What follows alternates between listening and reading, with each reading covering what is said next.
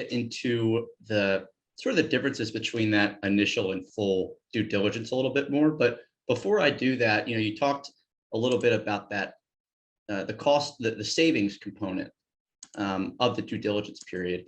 And, at the heart of acquisitions is really that growth mentality. So, what would you say, probably similar to savings, are the focus areas when you're trying to determine that potential value creation? Sure. So from a product company, the two biggest are inventory. How are they tracking inventory from raw materials all the way through to finished goods?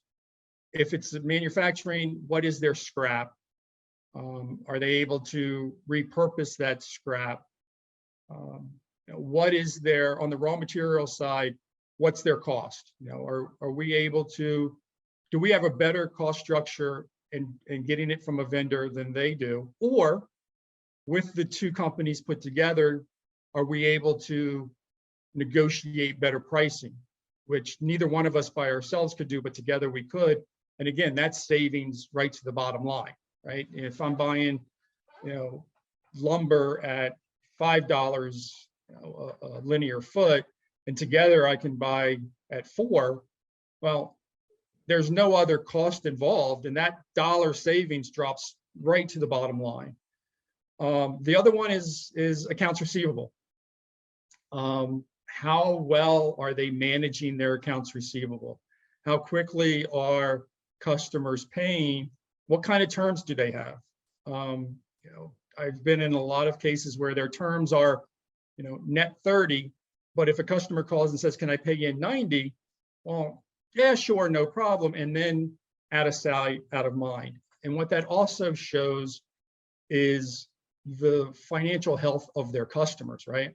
If everybody's paying in 90, but your invoice terms are net 30, then maybe you're selling into a part of the market that is having financial difficulties or taking advantage of it, right? Because at that point, you're playing bank for your customers. On a SaaS company, the two biggest, and they're interrelated, is retention. What's our retention post first year, post second year? So if my retention, we just finished up a company doing the due diligence for a SaaS company, and their retention from initial contract of 1 year to re-signing up for that second year was about 74%.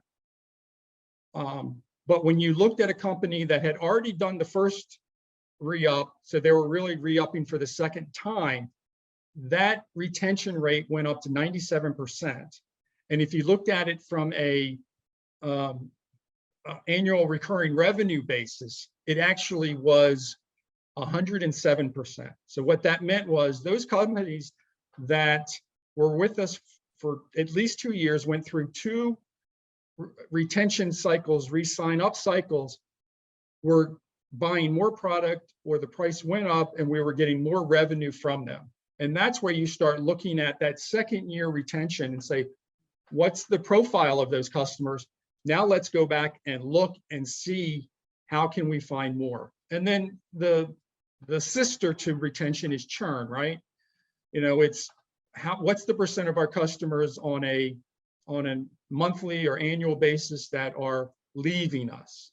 And that's really important because you really want to talk to those customers to find out why.